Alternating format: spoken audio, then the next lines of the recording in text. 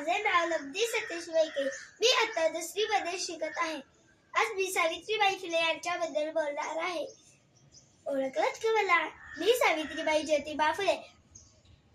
ज्ञान नाही, विद्या माहिती घ्यायची गोडी नाही, बुद्धी सुधी चालत नाही, त्यास मानव म्हणावे का? होय, मी सावित्रीबाई ज्योतिबा फुले.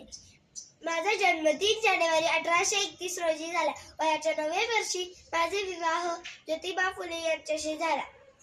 ज्योतिबा फुले यांना मी शेटजी म्हणून बोलवायचे. शेटजींनी मला शिकवायला सुरुवात केली, पण सुरुवातीला माझा हात थरथर कापायचा. शेटजींनी थरथरणाऱ्या हाताला आधार दिला आणि मला वाचायला लिहायला शिकवले. पण हे लोकांना आवडले नाही. बाई शिकली म्हणून नावं ठेवू लागली, पण आम्ही आवडलो नाही. पुण्याच्या भिडेवाड्यात पहिली मुलीची शाळा काढली, पण मुलीला शिकवणार कोण? मीच माझं मन घट्ट केलं, टाकलं पहिलं पाऊल.